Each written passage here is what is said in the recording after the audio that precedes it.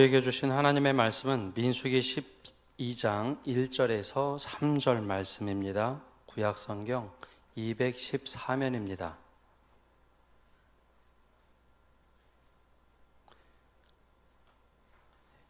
이제 하나님의 말씀을 봉독합니다. 모세가 구스 여자를 취하였더니 그 구스 여자를 취하였으므로 미리암과 아론이 모세를 비방하니라. 그들이 이르되 여호와께서 모세와만 말씀하셨느냐 우리와도 말씀하지 아니하셨느냐 하며 여호와께서 이 말을 들으셨더라. 이 사람 모세는 온유함이 지면의 모든 사람보다 더하더라. 아멘. 계속해서 우리 하나님의 성품 또 성령의 열매에 대해서 말씀 나누고 있습니다. 오늘은 온유에 대하여 함께 말씀을 나누고자 합니다. 신앙생활 오랫동안 하신 분들 가운데 저분만 보면 참 푸근하다라고 생각되는 분들이 있습니다. 바로 이제 온유한 성품의 열매가 맺어졌기 때문이죠. 저는 그런 분을 신학교에서 한번 뵌 적이 있습니다.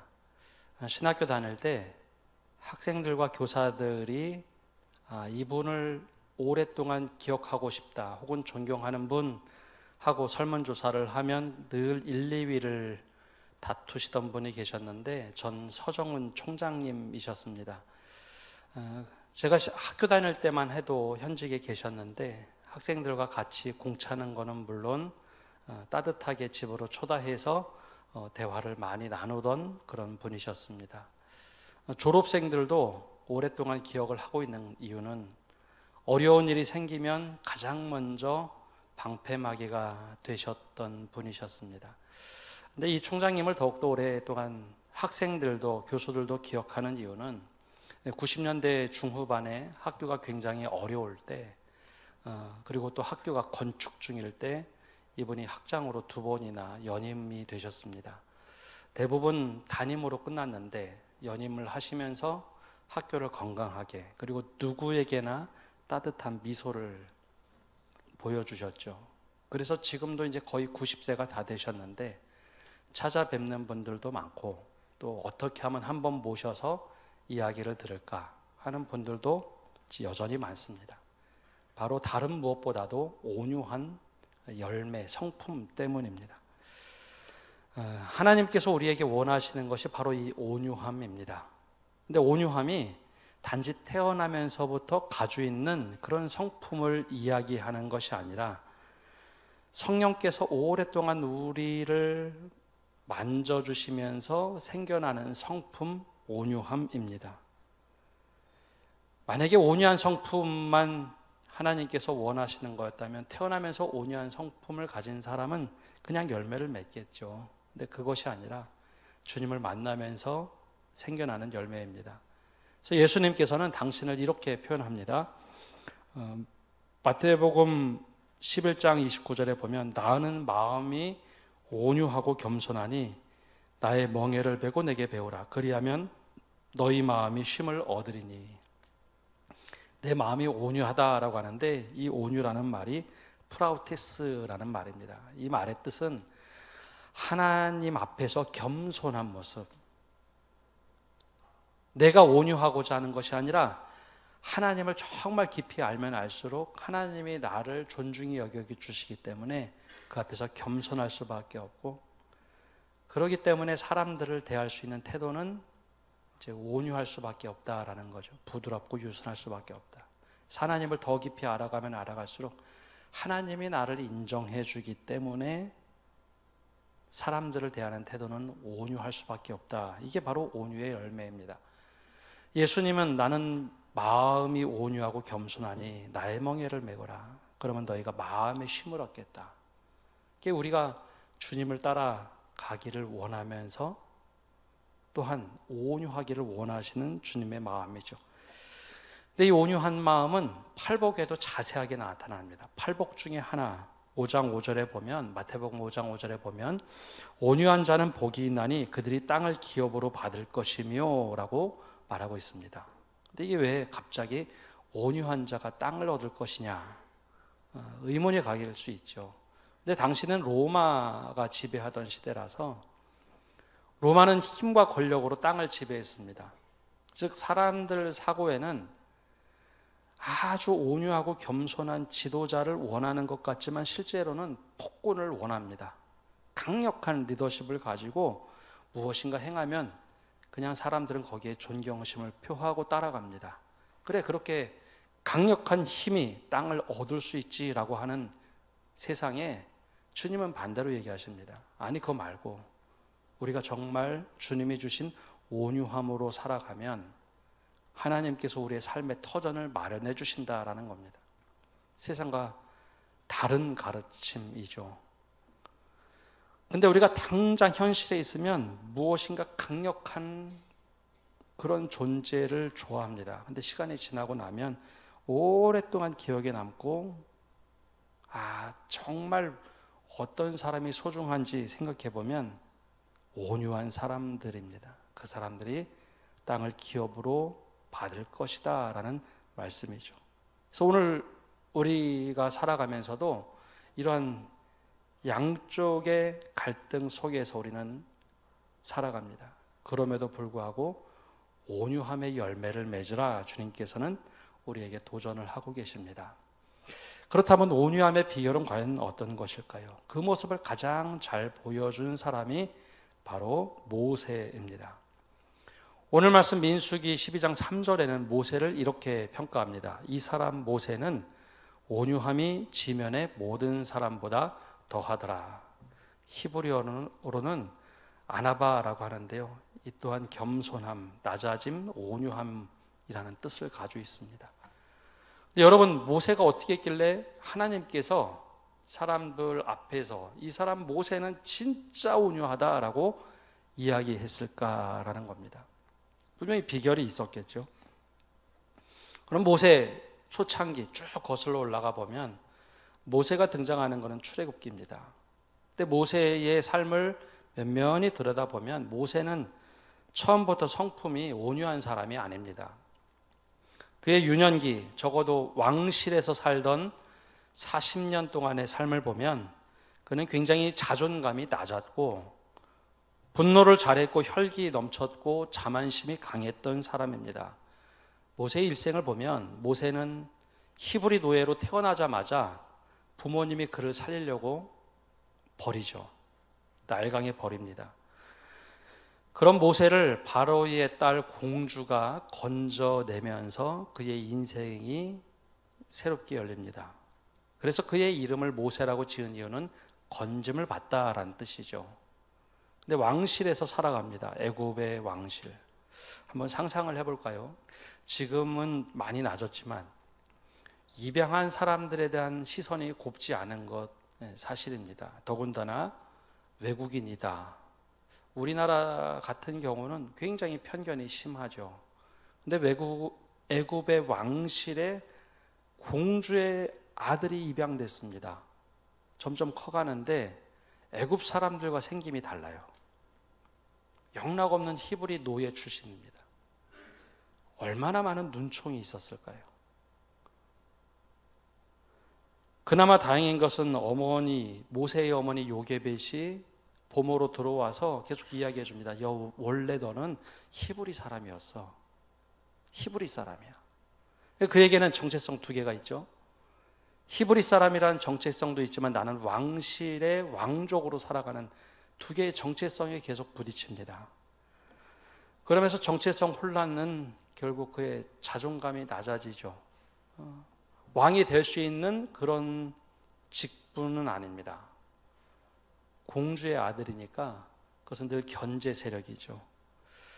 그러던 어느 날 히브리 노예가 애굽 병사에게 호되게 맞는 것을 보고 격분을 합니다. 그날 감정이 폭발을 하죠. 그래서 그날 분노와 혈기를 부리고 자만으로 충만했던 그는 자신의 병사라고 생각했던 애굽 병사를 때려서 죽입니다. 근데 그 다음에 몰려온 것은 두려움이죠. 바로로부터 내가 죽겠구나. 그래서 그는 그 애굽 왕실을 떠나 광야로 도망가 버립니다. 원래 그는 자존감도 굉장히 낮았고 분노와 혈기, 자만으로 살았던 사람입니다. 근데 그를 하나님께서 이제 만지기 시작하는데요. 제일 먼저 우리에게도 모세에게도 동일하게 필요한 것은 내 토양에서, 마음의 토양에서 독을 빼내는 일입니다. 하나님께서는 모세를 광야로 내보내셨습니다. 그리고 광야에서 그가 할 수 있는 일을 하게 하시죠. 여러분, 아무리 좋은 열매, 성품의 열매를 맺으려 해도 밤에 노숙을 해야 됐습니다. 동물과 싸워야 했습니다. 거대한 자연의 순리 속에 맡기지 않으면, 즉 자신의 혈기를 부린다고, 자신의 분노를 표출한다고 되는 것도 아무것도 없죠. 그 시간 동안 그는 점점 그런 삶의 독소들을 빼기 시작합니다. 광야에서의 삶에 주변에 사람이 없기 때문에 혼자 있는 시간이 많겠죠. 뭘 할까요? 삶을 곱씹는 거 아닙니까? 자기를 성찰하는 시간을 갖게 됩니다. 다른 표현으로 하면 기도하는 시간, 혹은 주님 앞에 서는 시간이죠. 그 시간이 40년입니다. 청년들이 군대에 다녀오면 철든다고 하죠. 근데 그 여러 가지 이유 중에 하나가 혼자 고민하는 시간들이 많습니다. 아마 처음으로 그렇게 혼자 고민하고 곱씹는 시간들이 제일 많을 겁니다. 그것도 20대 초반에 혈기왕성한 시간에 그 시간들을 보내면서 성숙해집니다. 사실 이런 시간만 있어도 그나마 좀 괜찮은 사람이 됩니다. 자기 자신을 돌아보는 시간. 하나님이 먼저 그를 그렇게 광야로 내보내시죠. 그렇다고 온유함의 열매가 맺어지는 것은 아닙니다. 토양이 바뀔 뿐이죠. 그렇게 40년을 보내는 어느 날 모세가 주님을 만나게 됩니다. 불타는 떨기나무 속에 양을 치다가 양이 그곳으로 갔기 때문에 그곳에 올라가 주님을 만나게 되죠.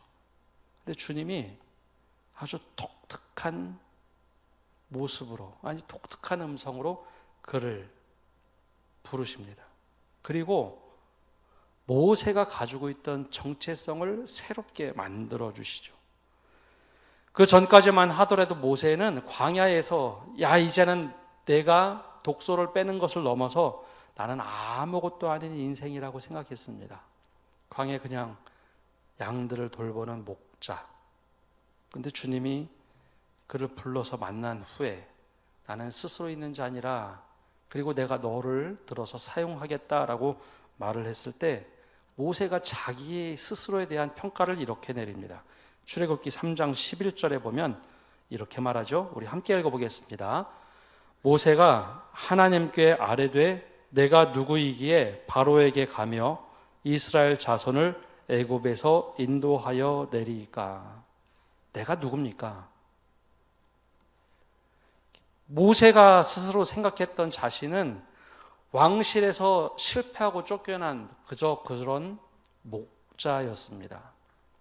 히브리 노예 출신이지만 광야로 도망 나온 목자 그 이상도 그 이하도 아니었죠.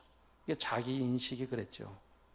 근데 하나님께서는 그렇게 평가를 하지 않습니다. 12절에서 이렇게 말씀하십니다. 하나님이 이르되 내가 반드시 너와 함께 있으리라. 내가 그 백성을 애굽에서 인도하여 낸 후에 너희가 이 산에서 하나님을 섬기리니 이것이 내가 너를 보낸 증거니라. 내가 너와 반드시 함께 하겠다라는 게 모세의 새로운 정체성 성립의 아주 근간이 됩니다. 스스로 나 아무것도 할 줄 모르고 아니 나 아둔한 사람. 그래서 하나님께 나 아무것도 아니라는 얘기를 강변하기 위해서 저 말도 못합니다. 저 그런 인품이 아닙니다. 나 아무것도 아니라고 계속 항변을 합니다. 하나님께서는 아니야, 내가 너와 함께 할 거야. 내가 너와 함께 할 거고 내가 너의 입에 말을 넣어줄 거고 말을 못하면 아론을 붙여줄 거고 네가 능력이 부족하면 내가 너의 능력과 함께 할 거다 하면서 그의 자존감을 새롭게 만들고 그의 정체성을 새롭게 만들어줍니다. 너는 내 사람이다라는 거죠. 우리가 하나님 앞에서 자존감을 찾는 것, 정체성을 찾는 것은 대단히 중요합니다. 내가 누구인가? 정체성이 흔들리면 자존감도 흔들릴 수밖에 없습니다. 낮은 자존감을 가지고 있으면, 즉 나 스스로 존중하는 것이 굉장히 낮은 사람은 누가 조금만 뭐라고 해도 쉽게 상처받습니다. 왕실에 있던 공주의 아들일 때는 그가 그렇게 쉽게 분노했습니다. 그리고 그 분노로 인해서 그가 왕실에서 쫓겨나게 되죠. 직책에 대한 자만감은 있었지만 아무것도 아닌 그 사람. 근데 하나님을 만나고 나면서 하나님이 함께 하신다는 정체성을 찾고 스스로 내가 그런 사람이구나, 하나님이 함께 하시는 사람이구나 라는 자존감을 얻게 됩니다. 그 이후에 바로에게 가고 지도자가 되죠. 이게 바로 자존감입니다. 바울은 이런 자존감에 대해서 우리에게 또 독특하게 복음으로 이렇게 표현을 합니다. 고린도후서 4장 7절에서 9절까지 보면 이렇게 말을 하죠. 우리 세번역 성경인데 우리 함께 읽어보겠습니다. 우리는 이 보물을 질그릇에 간직하고 있습니다. 이 엄청난 능력은 하나님에게서 나는 것이지 우리에게서 나는 것이 아닙니다. 우리는 사방으로 죄어들어도 움츠러들지 않으며 답답한 일을 당해도 낙심하지 않으며 박해를 당해도 버림받지 않으며 거꾸러뜨림을 당해도 망하지 않습니다. 사도 바울은 복음을 가지고 이 자존감을 얘기합니다.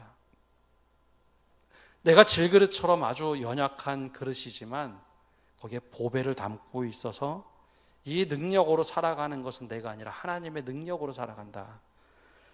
그래서 누가 사방으로 막 나를 악눌러도 내가 움츠러들지 않을 것이며 답답한 일을 당해도 낙심하지 않을 것이고 박해를 당해도 버림받지 않고 나를 누군가 뒤집어 엎으려고 해도 나는 망하지 않는 사람이야. 하나님께서 나와 함께 하시고 복음이 나를 나되게 만들었기 때문에. 여러분, 하나님이 인정하는 나를 제대로 인정하는 사람, 그런 사람은요 어디 내놔도 다른 사람 이야기 때문에 쉽게 무너지지 않습니다. 사도 바울이 이야기하는 것처럼 거꾸러뜨림을 당하여도 망하지 않습니다. 하나님이 나를 존중해 주기에 내가 나를 존중할 수 있으면 그렇습니다. 사랑을 많이 받은 아이들이 어디 나가도 당당합니다. 그렇다고 무례한 게 아니라 다른 사람들한테 내가 나를 존중히 여기는 것처럼 존중히 여겨주는 것이 바로 온유함 아닙니까? 근데 자존감이 낮은 사람은 쉽게 화를 냅니다. 쉽게 분노하고 무엇인가 얘기 들으면 그만큼 쉽게 무너지죠. 왕실에 있던 모세가 그랬습니다. 그런데 하나님을 만나면서 그가 점점 지도자로 온유의 열매를 맺기 시작합니다. 처음부터 갑자기 그런 것은 아니었습니다. 바로를 만나러 가고 이제 출애굽을 할 때가 되었습니다. 성경을 읽다 보면 우리가 그냥 이럴 것이다 라고 하는 것이 있는데요, 지레짐작으로 짐작하는 것들이 많습니다. 이스라엘 백성들이 애굽으로부터 탈출하기를 원했을까요? 아니면 그곳에서 어떤 변화를 주고 그곳에서 살기를 원했을까요? 우리 생각에는 당연히 이스라엘 백성들이 애굽에서 탈출하기를 원했다라고 생각을 하는데 성경을 읽다 보면 사실은 그렇지 않았습니다. 애굽의 압제 때문에 하나님께 탄원하고 제발 우리를 건져주소서라고 기도는 했지 애굽으로부터 탈출하기를 원하지는 않았습니다. 그 고센 지역이 대단히 풍요로운 지역이었거든요. 그래서 모세가 백성을 이끌고 나가려고 할 때 백성들은 처음에 반대했습니다. 물론 바로가 더 고단한 노역을 시켜서 문제였긴 하지만 원하지 않는 출애굽이었습니다. 근데 하나님의 뜻으로 모세가 출애굽을 시키고 백성을 데리고 광야로 나가자 난리가 났습니다. 제일 먼저 홍해를 건널 때 백성들은 울고불고 모세 때문에 다 죽게 생겼다고 원망을 하죠. 그때 모세가 화내기보다는 그때 하나님을 정말 신뢰했기 때문에 하나님께 기도합니다. 홍해가 갈라지죠. 홍해를 건넌 후 물이 없습니다. 또 백성이 와서 모세에게 화를 냅니다. 원망을 하죠. 그때 모세가 백성들에게 원망하기보다는 하나님께 또 항변을 합니다. 물이 없습니다. 마라의 쓴물을 단물로 바꾸죠. 기도하면서 그렇게 합니다. 점점점 그는 하나님을 신뢰해 가면서 하나님이 하실 것을 봅니다. 그러니 사람들이 뭐라고 해도 거기에 대해서 특별하게 화를 내기보다는 온유한 태도를 유지합니다. 이뿐만 아닙니다. 광야에 나갔더니 먹을 것 없다고 애굽에 있으면 매일매일 우리 이빨 사이에 고기가 꼈을 텐데 배부르게 먹었을 텐데 그런 적 없으면서도 그렇게 능청스럽게 거짓말을 하죠. 그때도 또 하나님께 나가서 탄원하며 기도합니다. 그러면 점점 온유함이 쌓여집니다. 만약에 초창기 왕실에 있던 모세의 모습이었다면 분노로만 대했을 겁니다. 근데 그의 삶에 광야 생활 40년 동안의 모든 모습은 점점 그런 모든 마음들을 제거하고 이제 온유의 열매로 맺어지기 시작하죠. 그리고 나서 오늘 말씀이 시작이 됩니다. 오늘 말씀 민수기 12장 3절에는 1, 2절의 배경 속에서 이루어집니다. 어떤 일이 있었느냐? 모세가 구스 여자를 취합니다. 구스 여자는 에티오피아 여인입니다. 하나님께서 금지한 민족이 있는데 이 구스 여인은 금지한 민족이 아닙니다. 결혼해서 안 되는 사람이 아니죠. 그런데 구스 여인을 취하자 미리암과 아론이 항의를 합니다. 비방을 하죠. 어떻게 저 여인과 결혼할 수 있느냐? 이것은 타당한 이야기가 아니었습니다. 왜냐하면 하나님께서 금지한 것이 아니었기 때문이죠. 그러면서 2절에 또 이렇게 얘기합니다.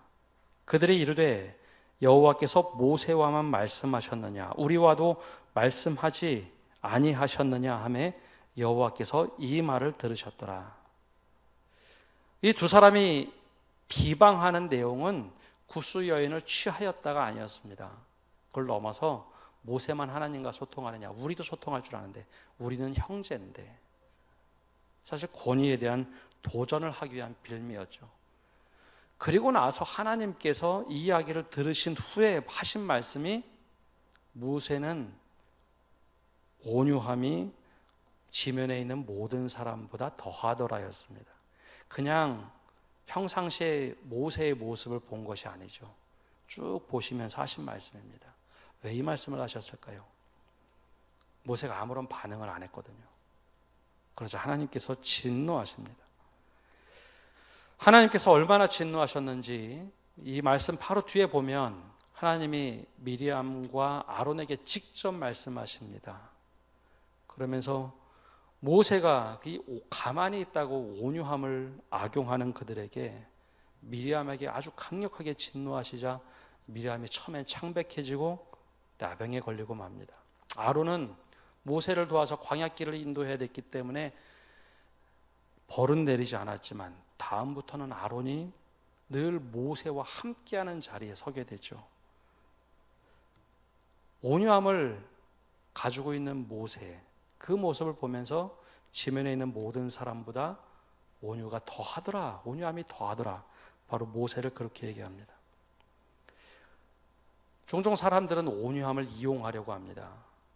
그런데 온유함을 지닌 사람은 거기에 하나님을 정말 신뢰하는 성령의 온유함을 가지고 있으면 거기에 이용되지 않습니다. 그리고 진짜 온유함의 열매는 그냥 따뜻하게 부드럽게만 대하는 것이 아닙니다. 미리암이 이렇게 나병에 걸렸을 때 모세가 모른 체 하느냐? 그럼 그것은 온유함이 아니라 그냥 마음을 닫은 무관심이겠죠. 근데 온유한 모세는 마지막 요 말씀 단락 마지막에 보면 미리암을 위해서 대신 중보 기도를 합니다. 그래서 미리암이 나병에서 낫게 되죠. 이것이 바로 온유함의 열매가 맺어지는 결정적인 장면이었습니다. 이후에도 그냥 이런 일들이 끝난 것이 아닙니다. 그 이후에도 모세에게는 광야에서 고라 자손들의 도전에 대한 사건들이 있었고 금송아지 사건도 계속 이어져 일어납니다. 모세가 늘 그때마다 온유함을 잃지 않습니다. 대신 하나님께 간절히 가서 탄원을 하죠. 주님, 이 사람들이 무슨 일을 하는지 모르겠습니다. 주님 용서해 주십시오. 너무 하나님이 화가 나셔서 싹 쓸어버리겠다라고 할 때 그러시면 안 됩니다. 그게 진짜 하나님을 신뢰하면서 살아가는 온유한 사람의 모습입니다. 오늘 말씀을 맺습니다. 성령의 열매 온유함이란 것은 태어난 성품을 말하는 것이 아닙니다.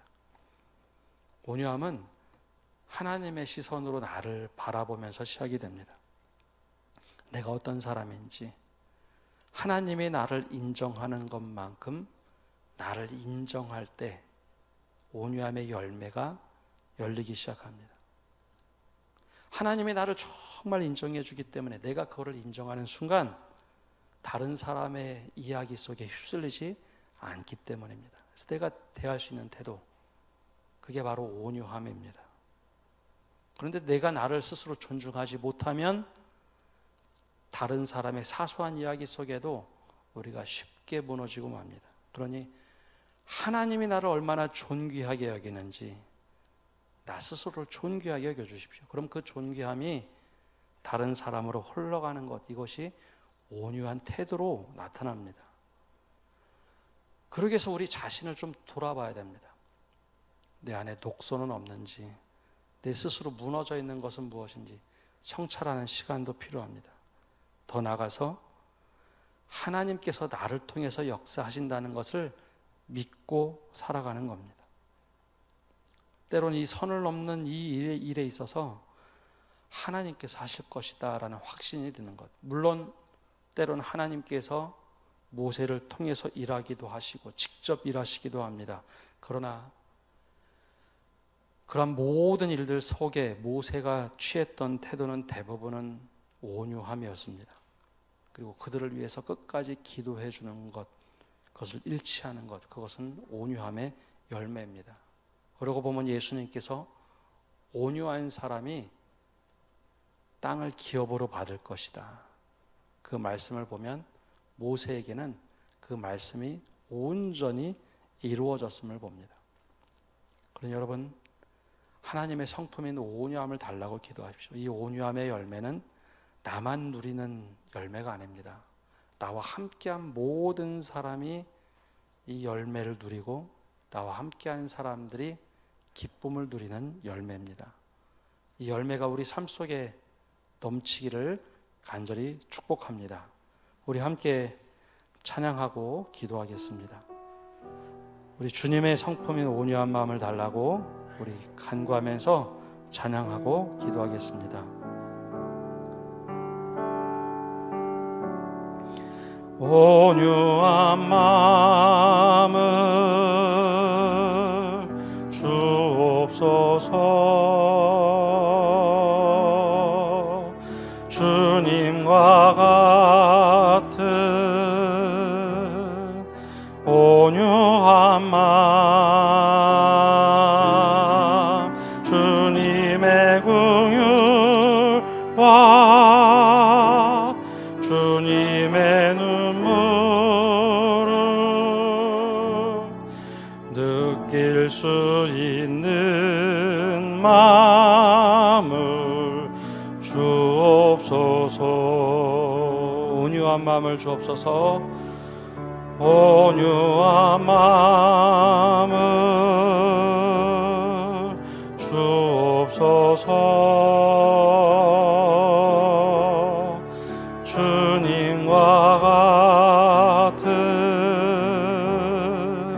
온유한 마음,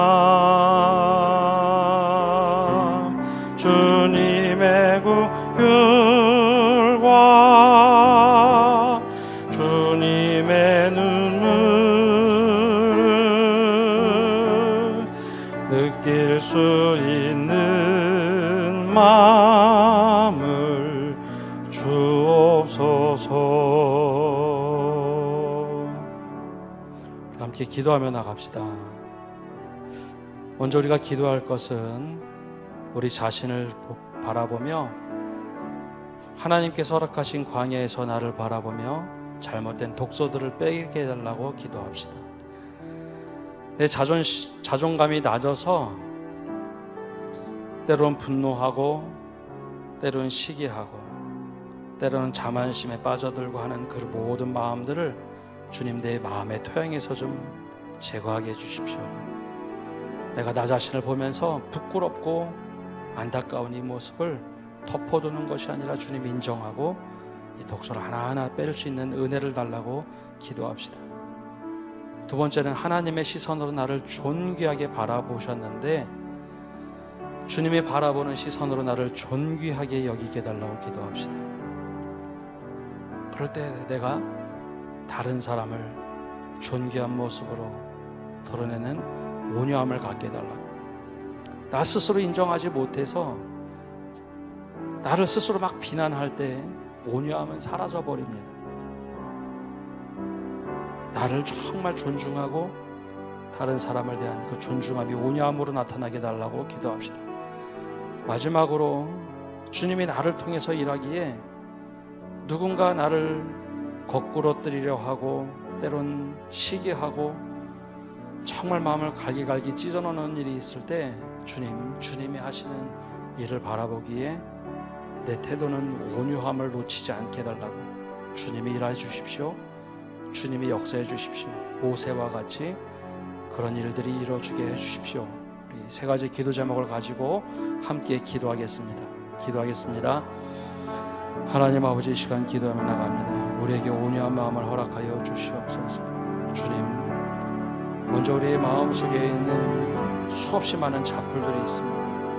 내 자자짐에 내 정말 스스로 비하하는 이야기들도 참 많이 있고, 하나님 우리 삶의 독초들이 얼마나 많은지, 분노도 있고 화도 있고 하나님 억눌림도 있습니다. 모든 것을 제어할 수 있는 믿음을 허락하여 주시옵소서. 주님을 만나고 주님이 나를 얼마나 존귀하게 여기는지, 주님이 나와 함께 하시겠다고 하셨던 그 음성을 듣고 하나님 내 스스로 존귀하게 여길 수 있는 저희가 되게 하여 주옵소서.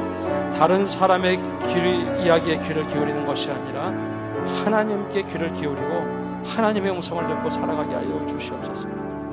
사람들의 이야기에 흔들리지 않게 하시며 하나님께서 주신 마음을 지키고 태도는 온유함으로 하나님께서 역사하실 그 신뢰함을 가지고 살아가게 하여 주시옵소서. 우리에게 그 온유함을 허락하여 주시옵소서.